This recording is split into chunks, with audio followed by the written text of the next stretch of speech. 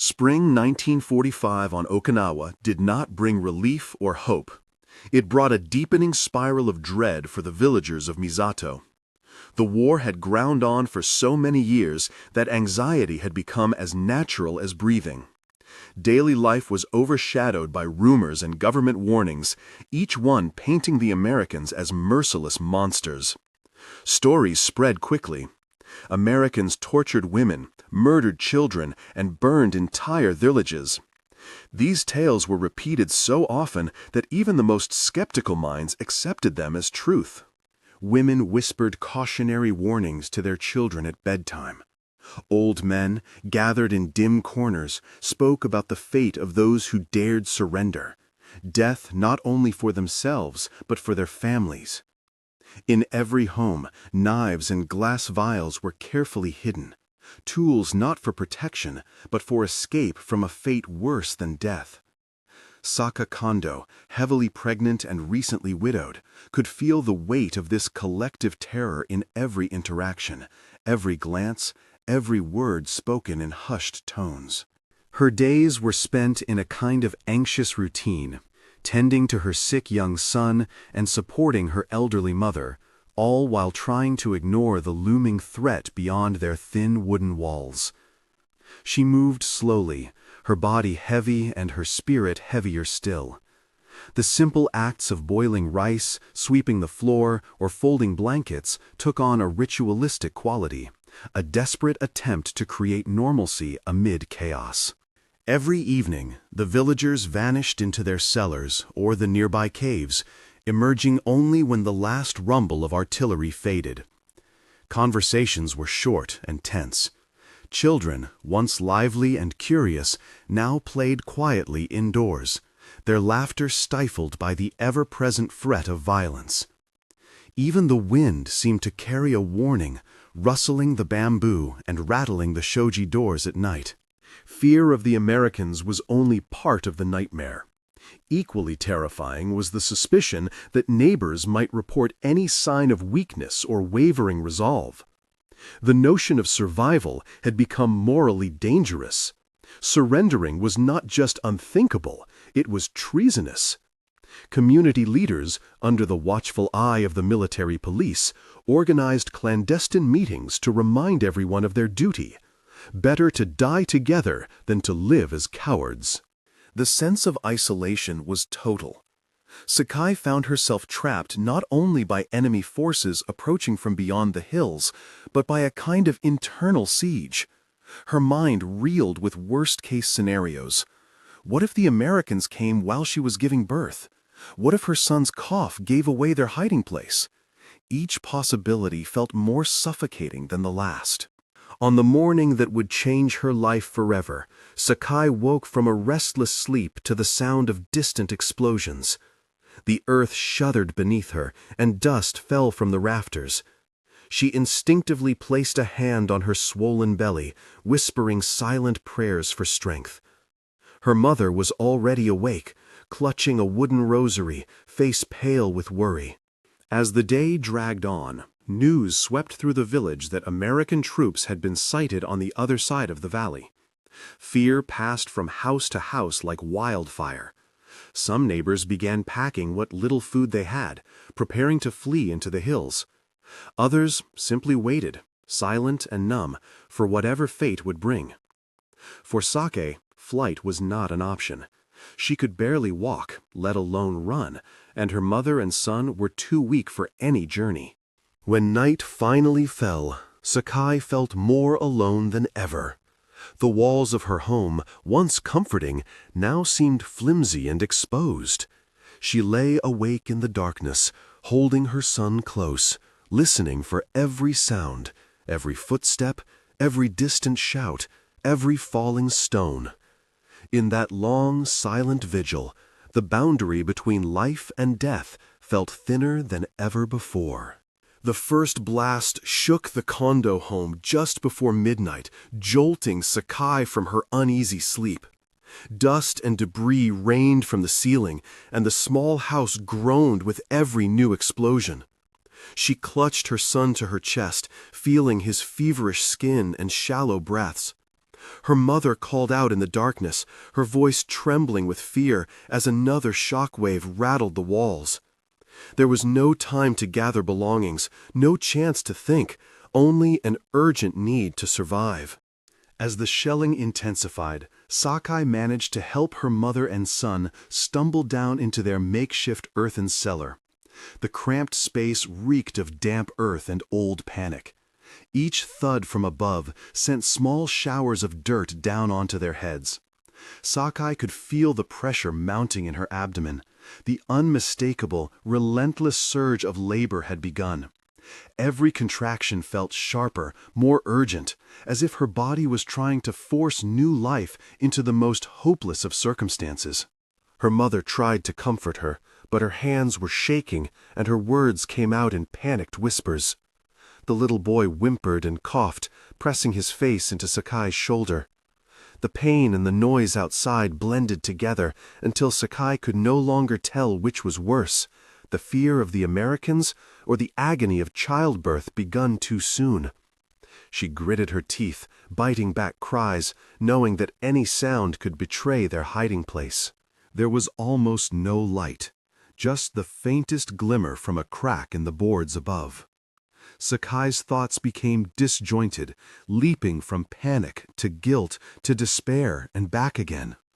She wondered how many more contractions she could withstand before her body gave out, whether her child would survive the birth, and if any of them would live long enough to see the morning. The walls of the cellar seemed to close in with every breath. Outside, chaos reigned. The air was filled with the sounds of shouts, running feet, and crumbling stone. Sakai heard someone, maybe a neighbor, maybe a stranger, scream for help, only for their voice to be cut off by a distant explosion. The world above felt impossibly far away, yet terrifyingly close at the same time. Her mother crouched beside her, whispering prayers, sometimes pressing a cool cloth to Sakai's forehead. Each contraction brought a new wave of fear and pain. The baby inside her seemed to kick and twist with every blast outside. Sakai began to worry that she might not survive the delivery, or worse, that the baby would arrive just as enemy soldiers crashed through their shelter. As the hours dragged on, the cellar filled with an overwhelming sense of helplessness. Sakai's body trembled with exhaustion and pain, but she fought to stay conscious, clinging to her son and mother. At the peak of one particularly intense contraction, the entire world seemed to tilt. A nearby explosion sent a heavy timber crashing down, nearly blocking the entrance to their hiding place. Amidst the roar and suffocating dust, Sakai heard a strange, muffled noise, something moving just outside the ruined cellar door. Her heart raced, torn between hope and terror. She tried to quiet her son, holding her breath, desperately unsure whether what came next would be salvation or the end. Through the haze of dust and the echo of explosions, Sakai struggled to focus on the sounds coming from just outside the cellar. Her heart pounded with dread as footsteps approached, heavy, unfamiliar, and deliberate. She clung tightly to her son, one hand instinctively covering his mouth, while her other arm pressed protectively over her belly. Her mother's breathing grew quick and shallow in the darkness.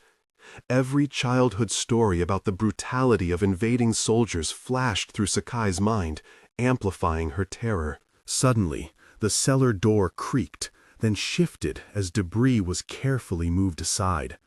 Light spilled in, harsh and foreign. Two shapes materialized in the opening. Young men in muddied green uniforms, faces smeared with sweat and exhaustion. Their eyes searched the gloom with a mixture of urgency and apprehension. Sakai shrank back, expecting violence.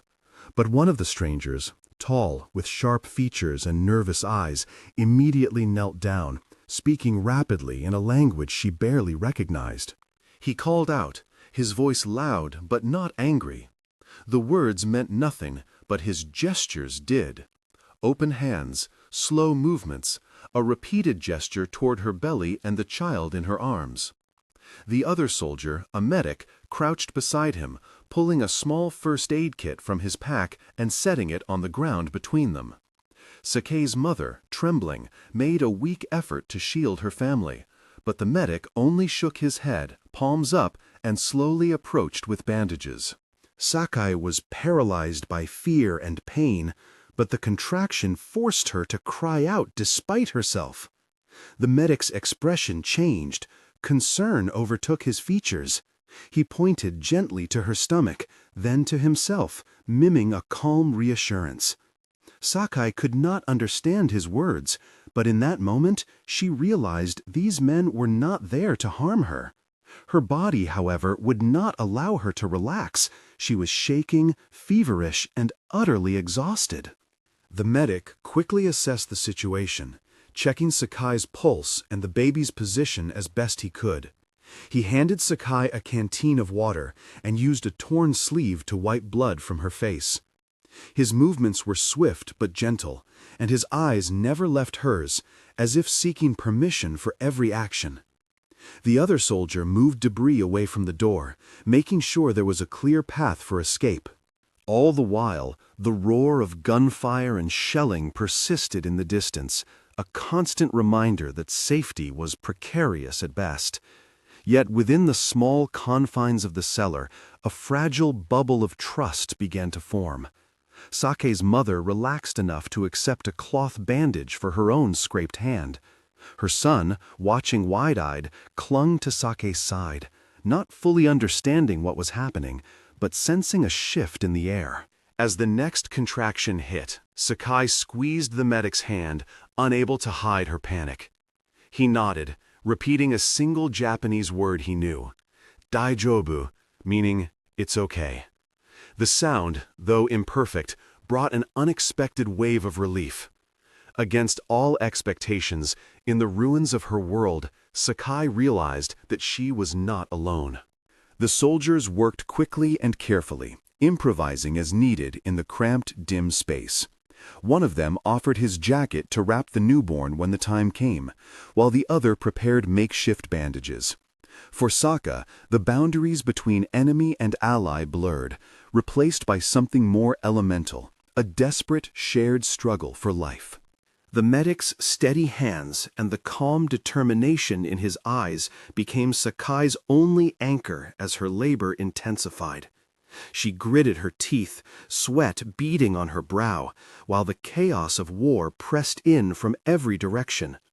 The cellar shook with the impact of nearby shells, sending more dust swirling into the air.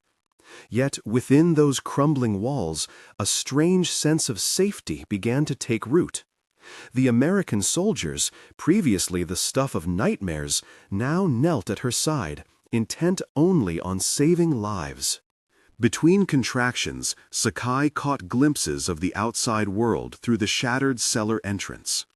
The two soldiers worked together in wordless coordination.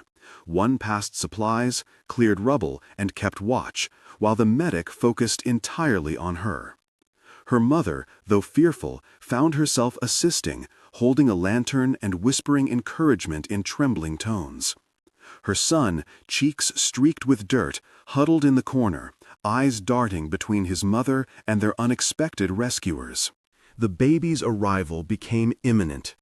The medic motioned for Saka to push, his voice low and urgent, filled with gentle reassurance.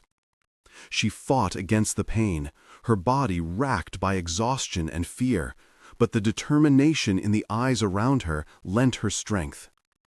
The soldier's jacket was laid out in preparation, while bandages and clean water were readied within arm's reach. A final, searing wave of pain gripped Sakai as she bore down, her cry muffled by the thunder of distant artillery. And then, suddenly, there was a new sound, a wet, urgent wail. The medic caught the newborn, swiftly cleaning her with the corner of his shirt and wrapping her in the offered jacket. Sakai collapsed in relief, tears streaming down her face as her mother sobbed with joy and disbelief. For a brief moment, the horror of war faded, eclipsed by the miracle of new life. Outside, the battle continued, and danger was ever present.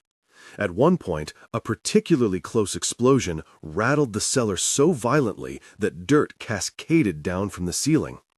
The soldiers exchanged tense glances, understanding that their time was limited. Still, the medic insisted on finishing his work, cutting the cord, checking the baby's breath, and making sure Sake was stable before even considering evacuation. With the worst past, the soldiers gently urged the family to prepare to leave. The medic lifted the newborn into Sakai's arms, helping her to her feet with careful hands. Her mother supported her on the other side, while the other soldier cradled Sakai's weak son and led the way.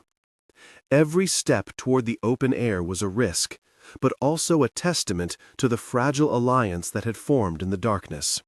As they emerged into the rubble-strewn daylight, villagers hiding in nearby ruins watched the procession in silent astonishment. Some could hardly believe their eyes. The enemy was carrying children, guiding old women, and treating the wounded. Whispers rippled through the crowd, stories taking shape before a single word was spoken. For the first time, a sliver of hope pierced the village's collective terror.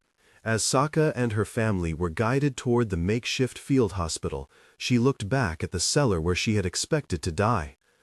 In its place, she carried not only a child, but the beginnings of a new understanding, one that could never have taken root without the courage and compassion shown by strangers in the darkest of hours. Inside the American field hospital, Sakai experienced a bewildering world unlike any she had imagined. Tents had been erected in a shattered field, their canvas walls trembling with every distant explosion. Medics, some older, some impossibly young, moved quickly between the wounded, administering care with efficiency and a surprising gentleness. Sakai was settled onto a cot with her newborn, her mother and son close by. The exhaustion in her bones gave way to relief as she realized they were, for the moment, safe. Her mind struggled to reconcile the reality around her with the years of propaganda she'd absorbed. The Americans were not monsters. They were human beings, tired, compassionate, and as battered by war as the villagers themselves.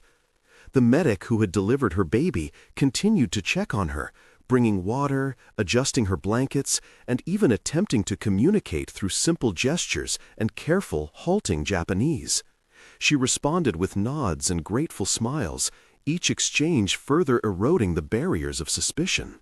Other villagers, drawn by rumors of what had happened in the cellar, began to approach the hospital. At first, they lingered at a distance, suspicious and wary, but curiosity and hope pulled them closer. The Americans offered medical aid to anyone in need, regardless of age or uniform.